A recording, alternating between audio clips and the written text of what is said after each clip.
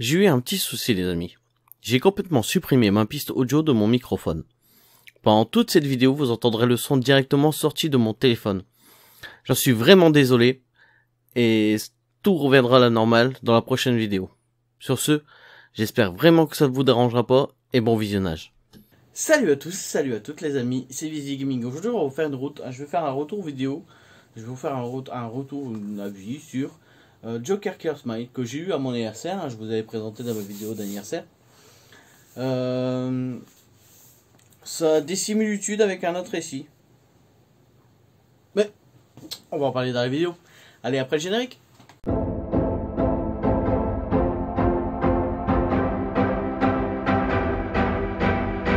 Dans Joker Killer Smile, on va retrouver un psy, Ben, père de famille, marié, le gendre idéal, on va dire, qui a la certitude de pouvoir soigner le Joker.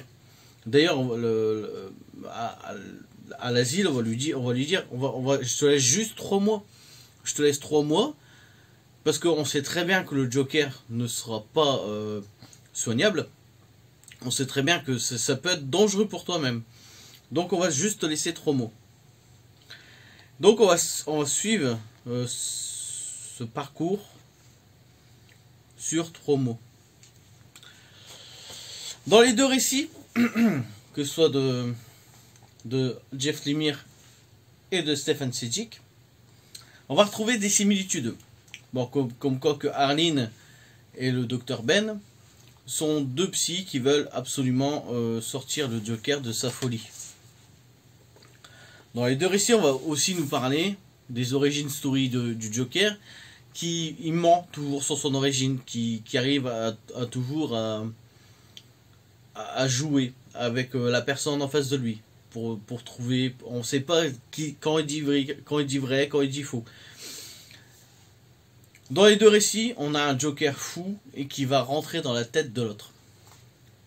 Arlene, je vous en ai déjà parlé, comme je vous ai dit, le lien est dans la description. Aujourd'hui, on va vraiment parler de Joker, de Killer Smile et de Jeff Lemire. Et c'est vraiment très intéressant. Déjà, les dessins, comme je vous ai fait voir, sont vraiment très cool. Mais il y a des pages qui m'ont marqué et qui vont me marquer pendant très longtemps. C'est-à-dire que en dessin, il peut nous avoir des doubles pages comme ça. Vraiment super cool avec des poissons modifiés. Hop, c'est là. Des pages beaucoup plus enfantins. C'est-à-dire comme avec Monsieur Sourire en fait. Ça va être Monsieur Sourire. Donc c'est un nouveau habitant dans le monde, dans un monde des câlins ou je sais plus quoi. C'est ça. Qui va être un peu perturbant quand même. On va pas se mentir. C'est pas... ça reste chelou. Et on va avoir des découpages de pages. Comme celle-ci. Celle-ci, elle va marquer. Je pense que ce découpage de pages est franchement super. On se voit dans les dents du Joker, tout ça. Il y a une page un peu plus loin. Juste peut-être un peu plus loin. Là, je l'avais posé sur mon Instagram. François Hollande m'a vachement mal tourné. Et on arrive sur cette page que je trouve qu'elle est...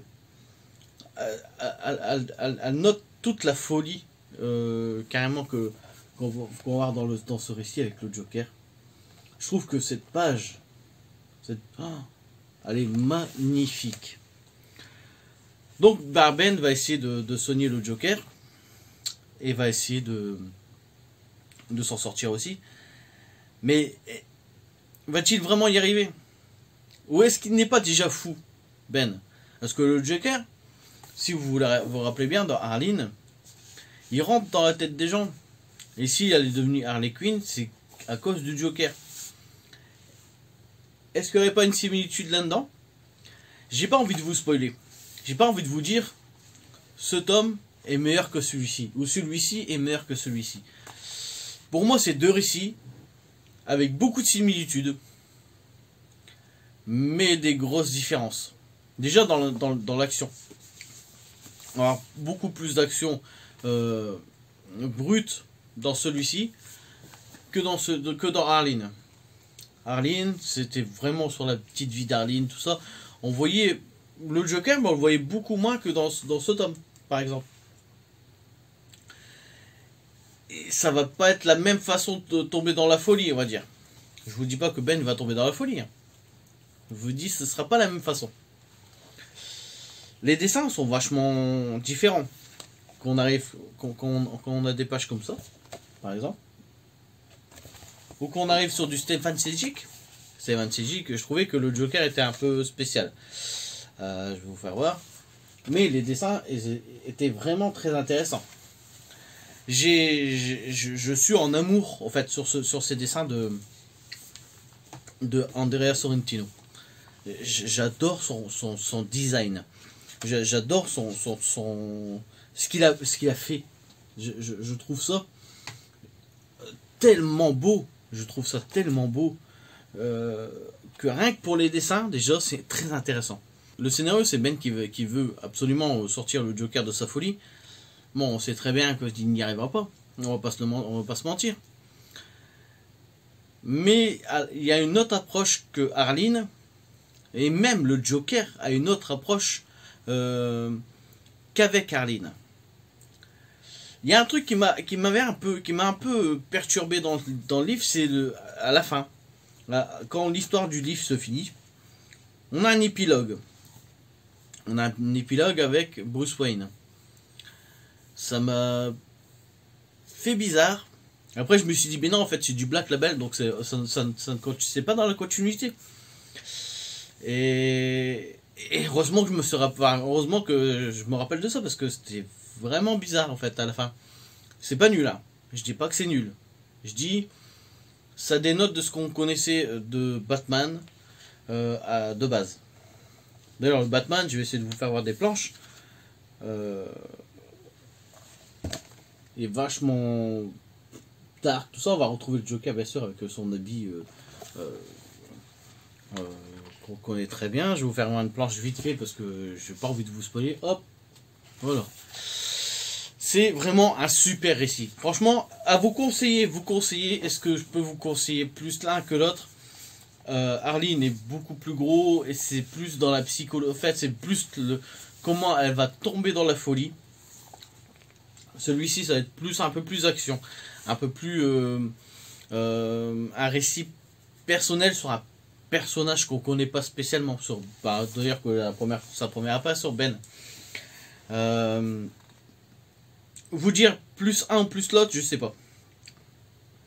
En tout cas, même si j'adore les dessins de Stefan Sejic, que ce soit dans Arline ou dans les Batman Curse of the White Knight ou tout ça, je trouve que les dessins de Andrea Sorrentino dans ce comics sont somptueux. Franchement, je trouve le récit, il m'est pas tombé des mains. C'est aussi pour la narration, mais c'est aussi pour les dessins. Je me suis pris une claque visuelle. Franchement, j'ai trouvé ça magnifique. Les découpages de pages, j'ai pas envie de vous faire plus que ça parce que c'est vraiment superbe. C'est vraiment superbe. Je vais pas trop en dévoiler en fait. C'est vrai que cette vidéo, je sais pas comment trop la tourner pour pas trop vous dévoiler vraiment vous spoiler, trop la dévoiler parce que ces deux comics à vraiment posséder, je pense. Que ce soit Arline pour l'origin story de Harley Quinn que j'avais jamais lu et que franchement dans ce Black Label, même si c'est pas d'un vrai c'est pas vraiment son origin story et que c'est pas dans la continuité, je la trouvais vraiment très cool. Et ce comics, Killer Smile plutôt, je veux dire, qui n'est pas non plus dans la continuité, qui n'est pas non plus dans la continuité, qui est dans le Black Label, et qui nous dépeint un Joker vachement plus fou que ce qu'on a pu le voir dans Arline. Parce que là, on voit toute la puissance mentale, on va dire, du Joker. Et franchement, c'était super. C'est deux runs super, deux histoires, deux one-shot. C'est deux one-shot super. Vraiment, si vous aimez le Joker, je pense qu'il faut vraiment pencher pour ces comics. Là, c'est plus Harleen que le Joker. Là, on va parler beaucoup du Joker, tout ça. Donc, si vous aimez vraiment le Joker, je vous conseille ce tome. Les dessins sont vraiment trop beaux, sont vraiment très beaux. On y voit un peu le Batman. Dans celui-là, on y voit très très peu le Batman, mais on le voit un peu. Les dessins sont vraiment beaux aussi, c'est cool. Mais j'ai plus d'affect. Bah, je trouve que c'est le André Sorrentino sur les dessins. C'était vraiment super. Après, au scénario, que ce soit Jeff Lemire ou Stéphane Sijic, le scénario des deux comics c'était super bon. Donc, vous conseillez, je pourrais pas, franchement, vraiment. Faut acheter les deux. Parce que c'est deux super récits. Je vous en rappelez pas, c'était mon comics préféré de l'année dernière. Moi qui lis beaucoup de Marvel, mon comics favori de l'année dernière, c'est un album d'ici. Et bah cette année, pour l'instant, ce que j'ai pu lire, bah c'est ce que je préfère. On est au début d'année, on est encore en mars, hein, on va passer mon anniversaire. Mais c'est ce que j'ai lu de mieux de cette année encore. J'ai pas encore lu beaucoup de trucs cette année, mais c'est peut-être ce que j'ai lu de mieux. Bon, j'espère en tout cas que je vous ai donné envie sans trop vous spoiler. C'est vraiment pas le but de cette vidéo, c'est vraiment pas le but de vous spoiler, c'est plus de vous parler de ces deux comics vraiment super cool. C'était Visi Gaming cette fois-ci sur ma revue sur Joker Killer Smile. J'espère en tout cas que cette vidéo vous a plu. Si ça vous a plu, n'hésitez pas à la commenter, à me dire si vous avez aimé ou pas. Parce que sur Instagram, on m'avait dit qu'on avait préféré. Il y a certains qui avaient préféré Harleen. Et certains qui m'ont dit non, le Joker, quand même un peu mieux. J'avais même fait un sondage qui était arrivé tout pile à 50-50. Tout pile. D'ailleurs, qu'on a eu une scission entre deux groupes. Et qui arrivait à 50-50. Après, il n'y a pas beaucoup de gens qui ont voté, hein, je vous l'avoue. Mais c'était quand même marrant d'avoir un tout pile. Pareil. Donc, franchement, super cool. C'était VC Gaming cette fois-ci sur ma revue sur mes comics. Je vous dis à très bientôt les amis. Et surtout, amusez-vous bien sur toutes vos lectures en cours.